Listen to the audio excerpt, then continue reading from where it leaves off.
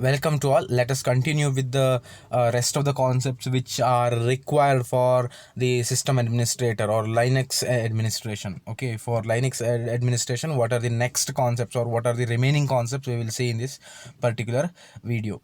Okay, now next point is writing to CD or DVD. So there are some steps already given by which you can create the CD DVD. Now in this present era, we are actually not using in most of the laptop.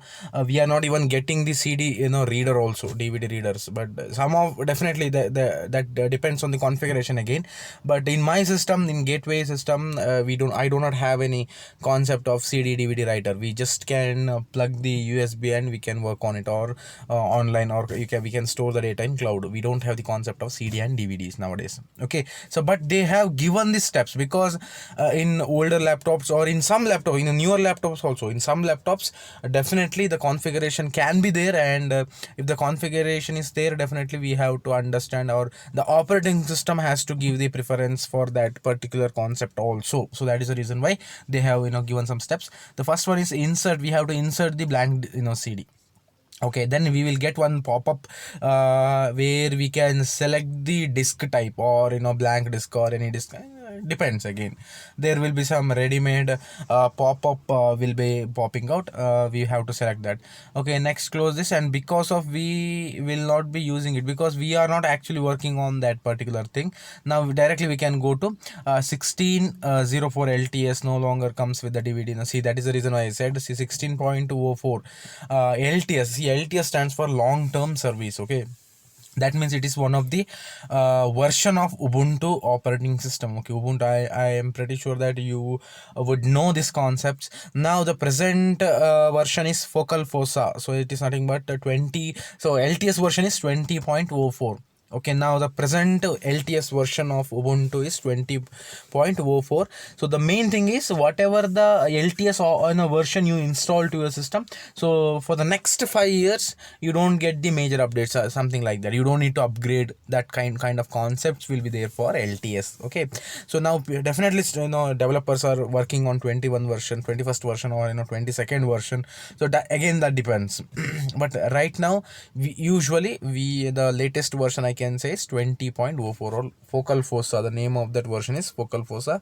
But maybe hardly, it's been 1 year, I guess. They have already rolled out this version 1 year back, I hope. I don't know the exact date, but probably 1 year back. So if you have the ISO file, you can try to install, and it is good. The performance wise it is good, because right now even I'm using the same version. So recently I installed that, so it is fast. The performance wise, the operating system is good. Ubuntu 20.04. Okay, so yeah, no longer with the DVD. Okay, so using the Ubuntu software store, search for Brasero, and you can install. So from software center you can directly install. It is something like Play Store in Android, how you are downloading the application. The same fashion, we have Ubuntu software store for Ubuntu operating system. So these steps are mainly concentrating on Ubuntu, but in the textbook they just have given the normal steps there. But I just wanted to give some rough idea about this burner, and this is the old excuse me, old concept itself, because how to insert the DVD or CD, how to burn it, how to put the data, then how to take it and how to play it, something like that. Okay, next, after installing, you open the Brasero and click on the burn image button. So it is mainly for image burning, or it may be ISO burning, or image burn videos, burn audios, burn files, depends. Okay, so then select the file you want to put in the disk. So select the video to write box, and DVD drive, select the disk to write. The same concept. Whenever you select, after selecting some files, you have to put that files in the disk, then you have to go for burning the CD or DVD. So once it is completed, the process is completed, definitely you can use that CD for any other system. That's all. Okay, so that is the older concept, but it is also supporting in Linux operating system, and the administrator has to know this concept. That is the thing. Okay, next, disk usage analyzer. So disk usage analyzer is a graphical disk usage analyzer for Genome. Okay, it was a part of Genome utils, but was a split of Genome 3.4. So Genome is actually a desktop concept.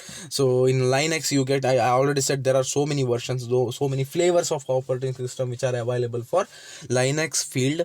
So here that is one of them. So you have Genome utils, so all the utility softwares and all the required or vital softwares can be installed for the Genome version also. That is the reason why they said like that. Next, it is ultimately a graphical disk usage. So it is a graphical application using which you can precisely maintain your system, and you can see how much a disk has been used. Okay, next, the software gives the user a menu driven graphical representation of what is on the disk drive. So that means, so ultimately what, because of this application you can get the idea of how much space is remaining and how much you have used. In the Android phone also you can see the same thing, isn't it? In Android, in some of the operating systems, they have gone for one circle. In that circle almost half is filled, means you have already used half of your memory, and rest of the half is for free, something like that. So that is all those concepts are graphical representation, isn't it? Using that graphics only, you are get to know that how much memory is remaining and how much data you can download and install to that particular device. So that the same fashion in Linux also we have that concept.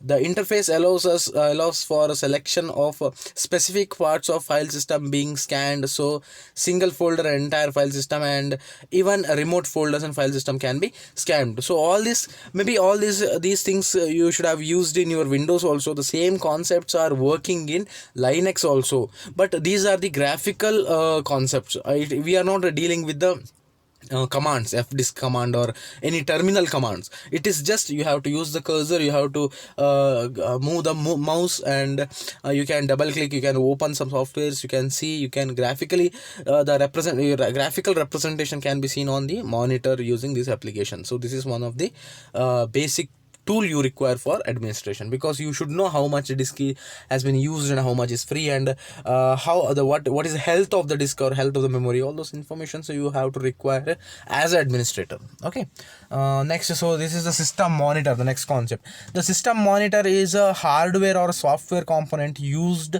to monitor system resources and performance in a computer system. So in the previous thing, what was it? It is a disk analyzer. So what is the storage and how much disk, what are the concepts, what is the capacity. But in this case we are actually monitoring the entire system, how exactly RAM is being used, how much memory is required, which application is consuming what RAM, and what is the health of your battery, what is the capacity of your battery, and what is the model of your system. Next, is there any hardware issues, is there any software issues, in any application is not running correctly, all those informations. And what about the log file? So you will get the concept of log files in next slides, but as of now I'm saying, so overall health of the system can be seen using this application. So this is, you can see the in the slide, you can see this is the graphical, this is one window. I have just taken the screenshot, it's one window, isn't it? So in this window you can see so many things. So that bar chart, and variations in the softwares and applications, and running of your application, disk usage, and battery usage of some application, all the informations are given here in the system monitor. Okay, so I don't know how many of you are using a Vivo smartphone. In the Vivo you have iManager. In Redmi also, in Xiaomi also, you have this concept. MIUI also gives some scanning tools. Right now I don't remember the actual name. Actually I was using it 2-3 years back, but now I don't remember.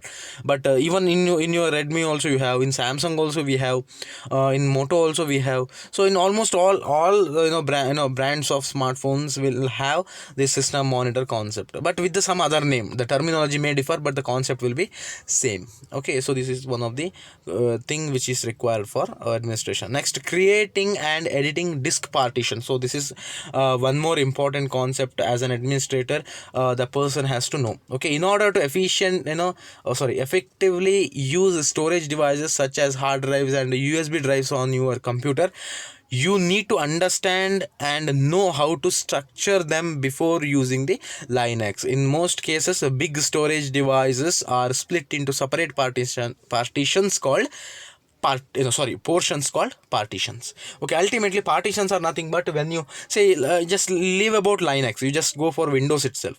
When you double click on my computer, you can see three bars, isn't it? Half filled, full filled, or empty. So that the bar is nothing but a graphical representation of a particular partition or a disk. That drive name is will be C, D, E, F, or anything as such. I guess this thing you have seen, obviously, being a second year students and computer science students. I am pretty sure that you know this concept. So the same concept can be seen in Linux also, but in Linux we have separate folder for disk management.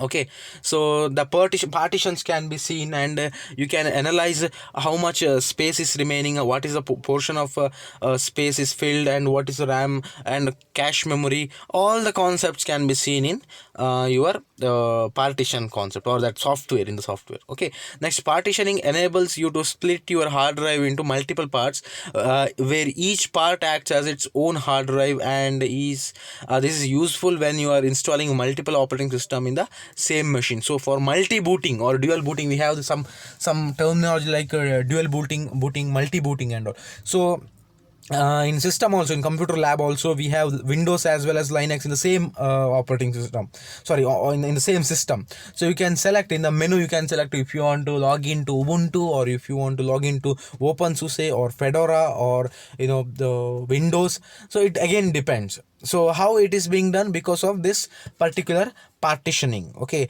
now if you have 1 TB of hard disk, or say for example 512 GB of hard disk, that 512 GB of hard disk can be divided into 4 split or 3 split based on the requirement, but definitely you have to balance the split also. It should not be like, say, 1 GB for one drive and rest of 511 GB or 499 GB or 500 GBs or some other drive. That doesn't make any sense. But usually whenever the people or the developer or the administrator go for partitioning, he usually check for equal size of the partition, so he will work on it. Okay, so that is the concept which is required for partitioning, is required for or it is useful when you are going for multiple installation of the software operating system in a particular system. Okay, in the particular device. Okay, you can see the screenshot there. So it is it shows the list of drives, say C drive, H drive, for backup drive, new volume. So new volume is of size, see, 931 GB NTFS. NTFS means new technology file system. So it is, this screenshot is for Windows, not for Linux. So in Linux also you have this concept, but the screenshot is showing the concept of Windows. Okay, Windows disk management concept. Okay, but here also in Linux also, they are trying to say that in Linux also you can partition the entire hard disk, so that you can work separately and you can work efficiently in different partitions. So that is the concept for disk partition. Okay, the next concept is managing drives and media. So this is next concept, because ultimately after partitioning you have to manage the drive, isn't it? So in the best example I can give is in Windows, in C drive, usually you don't want to keep your videos or movie files or image files, because it will it will definitely affect the entire operating system or speed of the operating system, because C is mainly reserved for all the system files or important files of operating system, or any software files or application files will be kept automatically in C drive. But and for multimedia files and it may be movies, videos, images, songs, or anything, so it will be kept in the separate drives called D or E, isn't it? So that is the thing. The same concept they are saying here also. Managing drives also an essential part of work as an administrator.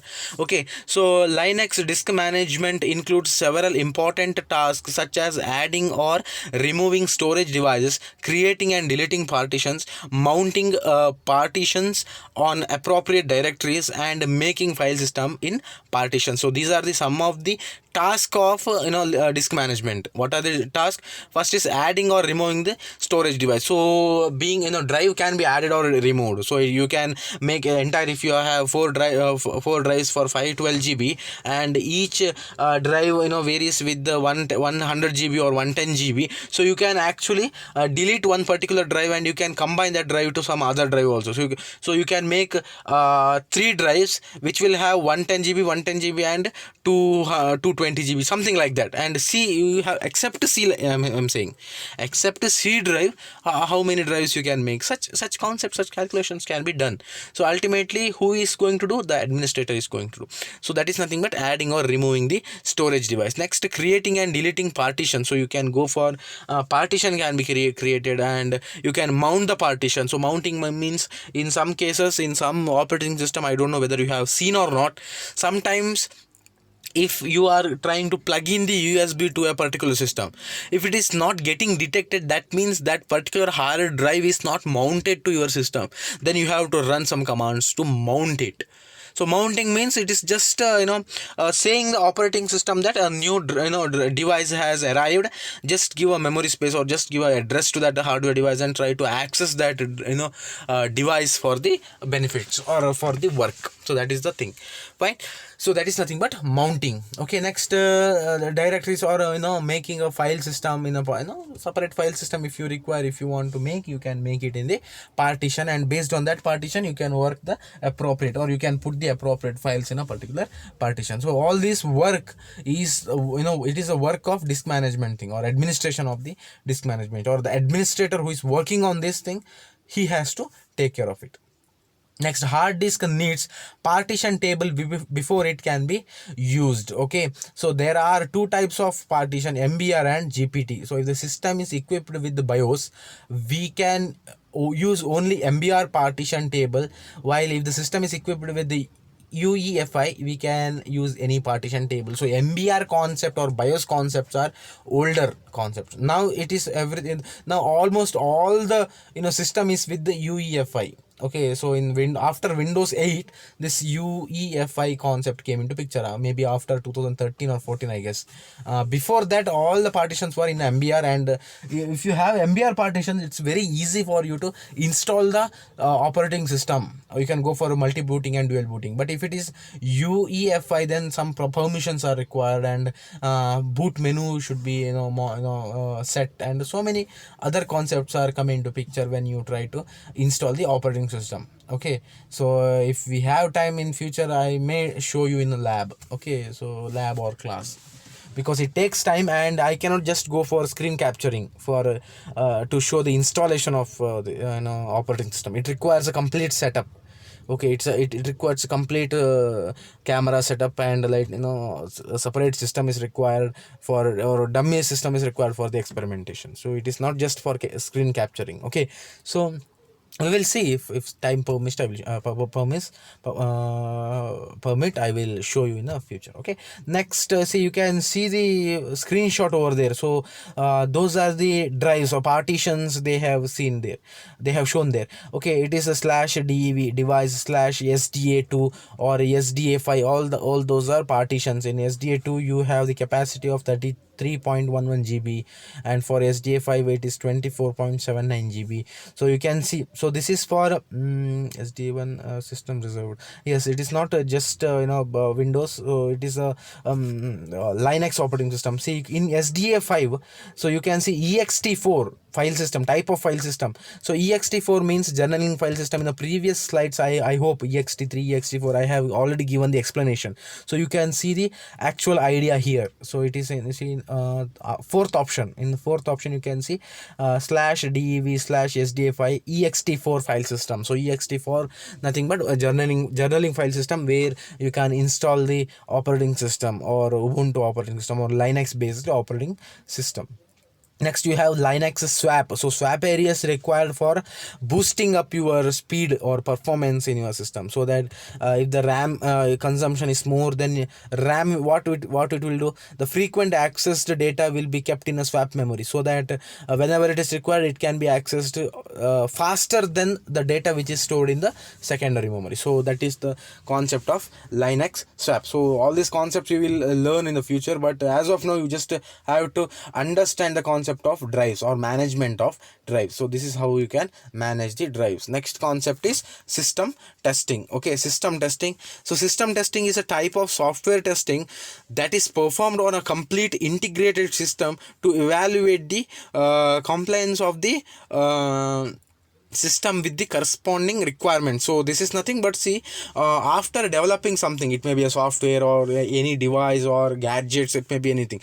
Testing is one of the important phase, I can say. Okay, so it is something like the examination you are going to appear for, isn't it? After learning, after understanding the concept, after learning the concept, after so many notes, so many textbooks, so many experiments, so many knowledge, after gaining so many knowledge, you are going through now final examination, isn't it? So test or a class test, just leave about the class test. Final exam, we can talk about final exam.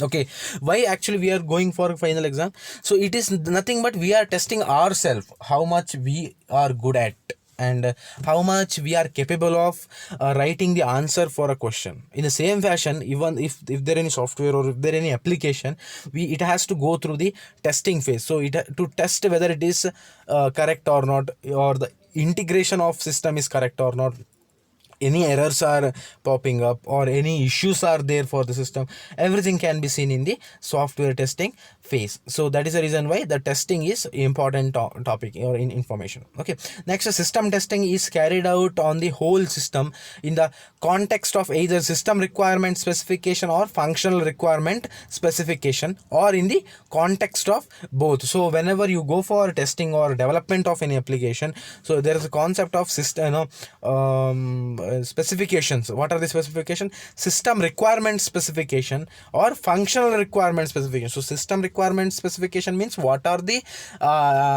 tools or what are the peripherals you require for a system.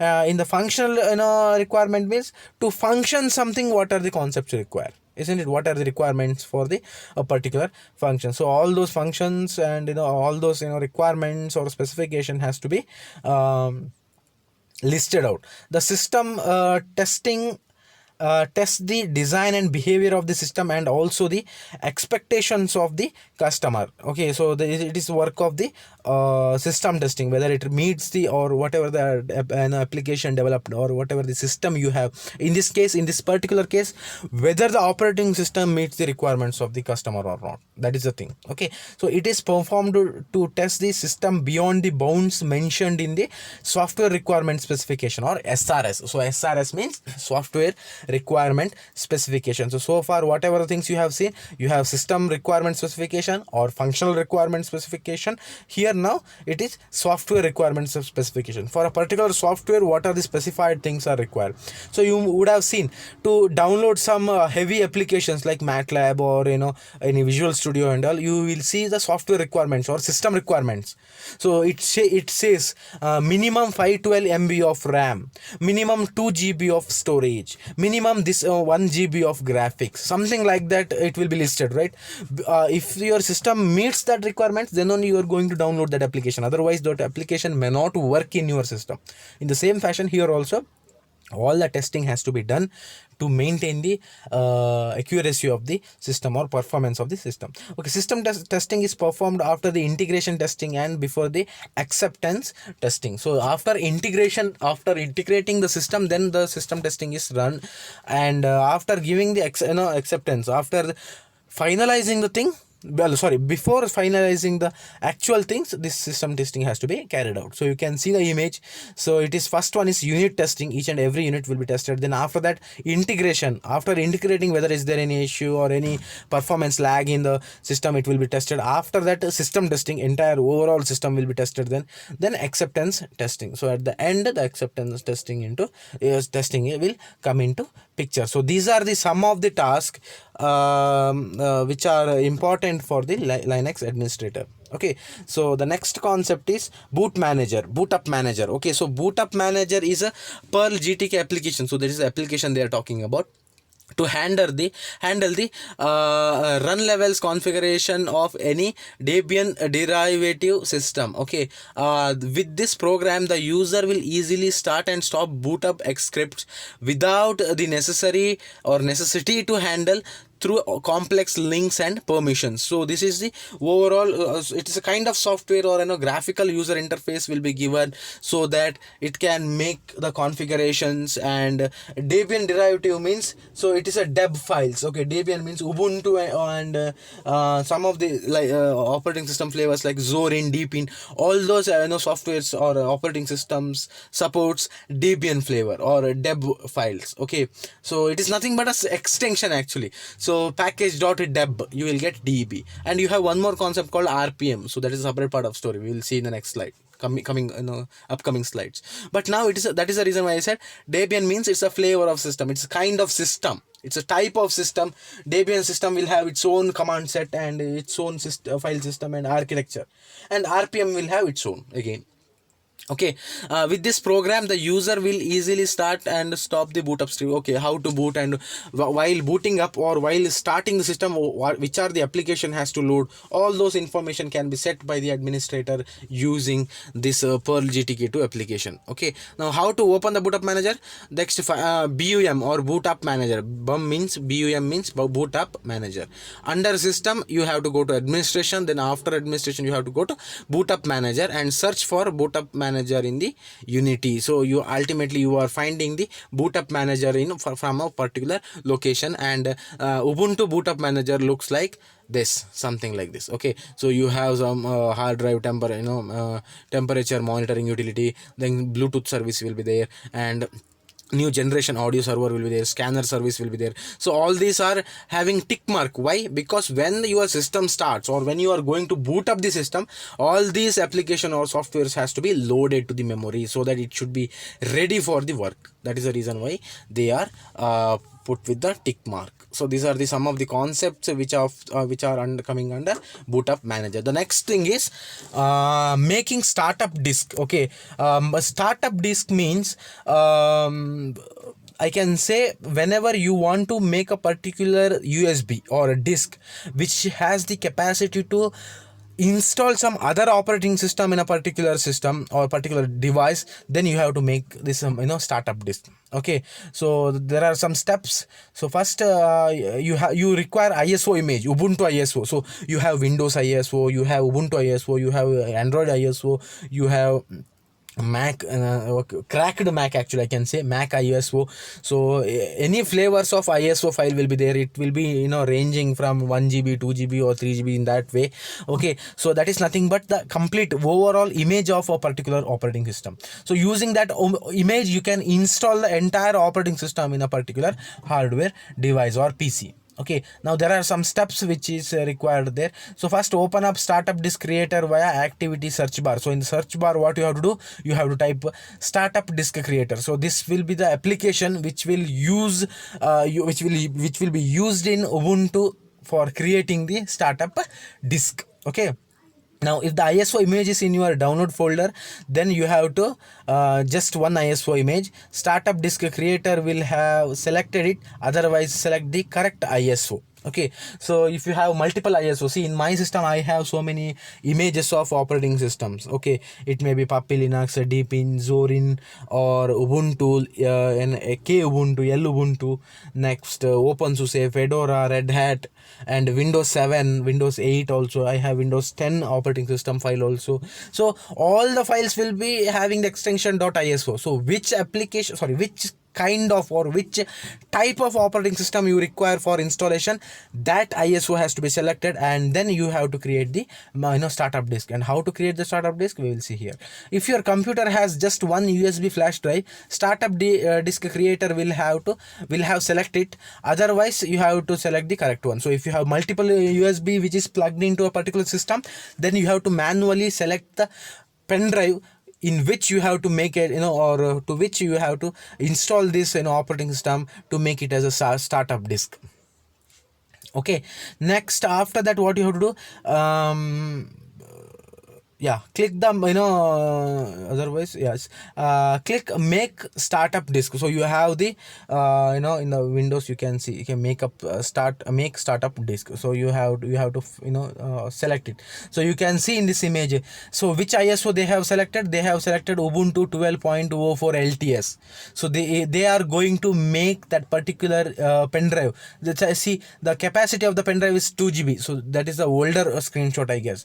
2 GB pen drive. In 2 GB pen drive you are going to burn Ubuntu 12.04, which is of size 700 MB of size, that operating system varies. That has to be installed to that particular pen drive, so that you can make it as a startup disk. Okay, once it is confirmed, then you have to go for confirm, and then you have to go for installation. You will get the pop-up window like installation complete. So once it is done, you have to restart your system. You have to plug the pen drive and you have to restart the system, and you will be taken to the live boot mode, from where you can go for try Ubuntu or install Ubuntu. Once it is done, you can install the Ubuntu, and you will get the complete Ubuntu operating system in your device or PC. This is how you actually install the operating system. So this is the steps which is required for your knowledge. So this is one of the concept of Linux administration. Okay, so let me wind up this concept here. You have some more, I will make a separate video and I will upload it. Okay, so thanks for watching. If you have any doubt, you can contact me.